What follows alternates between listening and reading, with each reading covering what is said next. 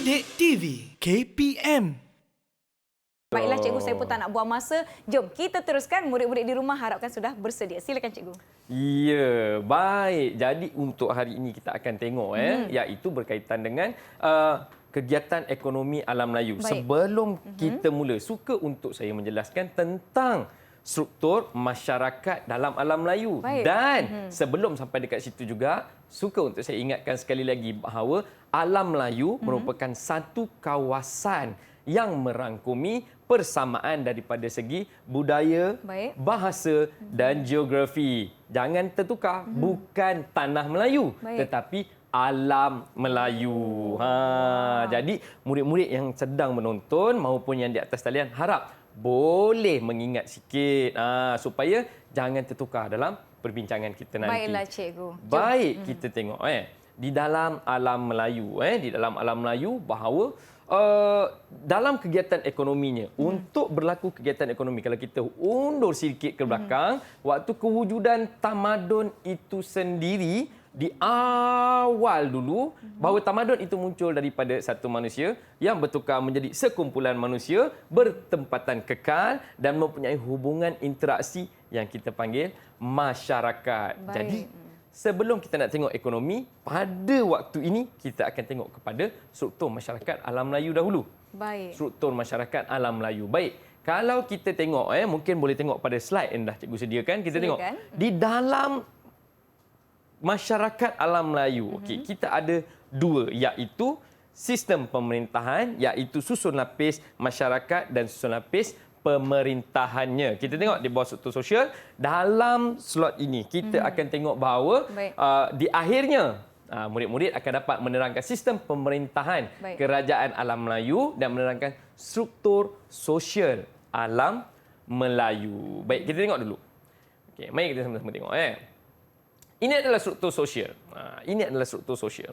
Kalau kita tengok struktur sosial, memang tidak akan asing pada dua pembahagian yang jelas, iaitu dua golongan, kelas atasan dan kelas bawahan. Ini adalah yang diletakkan di bawah kesepunyaannya tadi. Kan kita kata alam Melayu tadi ada tiga ciri sepunya, iaitu budaya, bahasa dan geografi. So secara budayanya, semua yang duduk di dalam alam Melayu ni, struktur sosial dia ada dua lapis, iaitu kelas atasan dan kelas bawahan. Baik. Siapa yang ada di kelas atasan? Golongan pemerintah yang menjaga dan melindungi rakyat, dan kelas bawahan dia adalah golongan yang diperintah. Termasuklah kita-kita semua ni yang dekat sinilah keluarnya yang disebut-sebut marhain. Golongan kelas bawahan. Baik, kemudian kita juga di bawah struktur sosialnya. Ini adalah kalau kita tengok kepada gambar Raja Piramid yang ada dekat belakang cikgu ni, kita tengok piramid itu adalah satu struktur sosial yang kita jumpa di mana-mana kerajaan dan struktur lain di dalam dunia, daripada tamadun awal sampailah hari ini mesti ada jumpa piramid ni. Jadi kita akan mengingati sama Kita akan mengingati sama. Jadi kita tengok yang berada di atas golongan diraja, iaitu status tertinggi. Kalau kita tengok tadi, dekat kelas masyarakat itu dah pecah kan, golongan diperintah dengan golongan yang memerintah. So golongan ini yang dipanggil golongan pemerintah di dalam struktur sosial ini, iaitu terdiri daripada diraja dan bangsawan. Selepas itu, golongan diperintah, iaitu terdiri daripada rakyat merdeka dan hamba. Hamba juga tergolong dalam golongan yang diperintah. Jadi golongan rakyat merdeka ni kita semualah. Petani, siapa lagi? Artisan, siapa lagi? Orang-orang kebanyakan yang hidup berniaga, pedagang dan sebagainya. Ini semua adalah rakyat merdeka, kecuali hamba. Ketika zaman itu, kalau kita sebut istilah yang biasa digunakan, zaman feudal, zaman inilah pemerintahan raja-raja dulu-dulu ni. Hamba ni adalah yang terikat kepada tuan dia. Yang dia panggil datang, suruh buat-buat, suruh duduk-duduk, itu adalah hamba. Itu sebab kita pecahkan. Kalau kita tengok dekat situ, dia kata berkhidmat dalam sektor sosioekonomi dan meningkatkan status pemiliknya. Meningkatkan status pemiliknya. Maksudnya kalau saya adalah golongan pemerintah ketika itu, saya memiliki hamba, so hamba saya akan mengerjakan sesuatu untuk meningkatkan status saya. Macam tu. Faham. Itu adalah hamba. Berbeza dengan rakyat merdeka. Rakyat merdeka dia hidup sendiri. So dia buat untuk diri dia sendiri. Okey, dia pergi berniaga, dia menguruskan penghidupan dia kan untuk diri dia sendiri, untuk sesuap nasi dia. Kalau dia nak meningkat lebih, dia buat lebih lah. Baiklah, sekarang kita pun sudah tahu sedikit mengenai tajuk yang sama-sama kita nak belajar pada hari ini. Adakah kita akan teruskan? Boleh? Boleh, silakan cikgu. Boleh. Okey. Di bawah sistem pemerintahan. Jadi kalau kita tengok alam Melayu ni mengamalkan sistem pemerintahan beraja. Yang ini memang tidak dinafikan. Kita tengoklah di mana-mana pun kerajaan alam Melayu yang ada, kita tengoklah yang mana-mana pun kerajaan alam Melayu yang ada, baik Funan, baik Sriwijaya, baik Kedah Tua maupun kerajaan-kerajaan lain yang wujud dalam alam Melayu, semuanya ada raja. Baik. Tidak ada kerajaan di dalam alam Melayu yang tak ada raja. Dan kalau kita tengok daripada tamadun awal pun, mesti ada raja. Ya. Tetapi dalam alam Melayu ni, dia lain sikit. Kerana raja itu, dia panggil apa ya? Dia adalah satu utusan suci yang tidak berbelah bagi. Apa yang raja kata, itulah. Itu sebab dia kata raja disembah. Raja disembah. Sehingga macam itulah dia punya level dalam alam Melayu.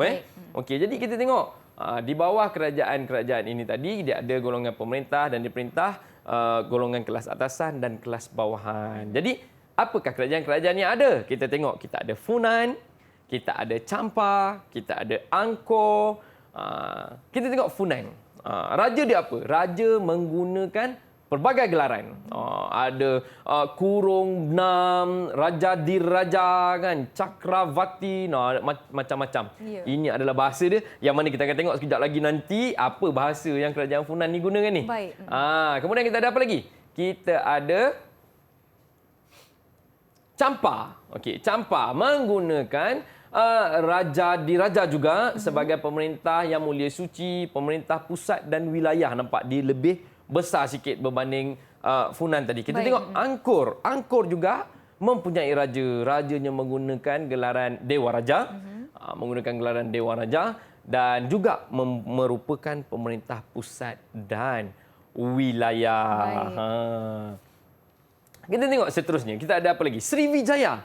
Sriwijaya ni sepatutnya dengan kita tak asing. Betul. Dekat dengan kita. Raja mempunyai unsur kesaktian. Ini kita tengok nanti ada banyak unsur-unsur yang membawa kesaktian kepada raja-raja ni. Tapi bukan kita belajar ni sebab ini kita nak belajar ekonomi. Okey, raja digelar sebagai raja di gunung dan maharaja di pulau. Maksudnya membawa personifikasi bahawa rajanya menguasai segala-galanya. Kemudian kita ada apa lagi? Selain daripada Sriwijaya, kita ada Majapahit. Majapahit juga agak hampir dengan kita. Rajanya menggunakan gelaran Maharaja. Dia ada Sri Maharaja dan Sri Batara. Dia punya unsur tu agak berlainan. Tapi bila kita sebut tu ada satu rasa Sri Batara. Rasa kan? gah, cikgu. Rasa gahnya tu. Kan? Okey, jadi dibantu oleh Sabta Prabu dan para pembesar. Nampak? Jadi raja tadi tidak berdiri sendiri, mereka ada institusi pemerintahannya. Dan yang ini yang paling hampir dengan kita lah, Kedah Tua. Seterusnya iaitu dibayangi oleh kerajaan besar alam Melayu, terutamanya Sriwijaya. Ni yang saya kata tadi, dia agak hampir dengan kita. Sriwijaya agak hampir dan strukturnya hampir sama dengan Kedah Tua ni. Dan satu lagi, kita pergi kepada juga yang paling hampir dengan kita. Kenapa saya kata paling hampir? Sebab Kedah Tua dan Gangga Negara ini merupakan kerajaan alam Melayu yang berada di tanah Melayu. Diharapkan murid-murid masih ingatlah ya. Dia mesti kena pasti ingat tu. Baiklah, kita telah pergi kepada beberapa kerajaan masa lalu yang kita nak ulang kaji sedikit. Betul. Saya percaya. Dan sebelum kita pergi ke topik selepas ini, cikgu ada tak soalan yang nak ditanyakan kepada murid-murid? Mesti. Nak uji tak? Macam biasa Nisa, kita dah bagi tahu panjang lebar. Kita nak tengok dia dapat tak apa maklumat yang paling penting dalam hari ini. Baik, saya nak tanya, siapa boleh jelaskan pada saya apakah golongan pemerintah? Siapa boleh jelaskan pada saya? Angkat tangan. Kita lihat siapa yang nak cuba. Ya, Afifah, silakan. Afifah. Golongan pemerintah ni dia ada golongan diraja. Golongan diraja ni adalah status tertinggi dan terdiri daripada raja dan kerabat diraja. Contoh macam permaisuri, putera-puteri, adik-beradik, ibu bapa dan ahli keluarga. Bagaimana cikgu dengan jawapan Afifah? Menumpukan perhatian. Ya. Jawapannya A di situ. Ya. Baik. Jadi adakah kita akan beri ganjaran emas untuk Kita Afifah? bagi dia fulus yang kecil dulu. Fulus yang kecil, Kita boleh, bagi cikgu. fulus yang kecil yang Yang sana kecil, tu dia ada baik. yang Fulus yang Kita kecil? bagi dia 2. 2 ya untuk Afifah. Baiklah. Afifah dapat. Didik TV KPM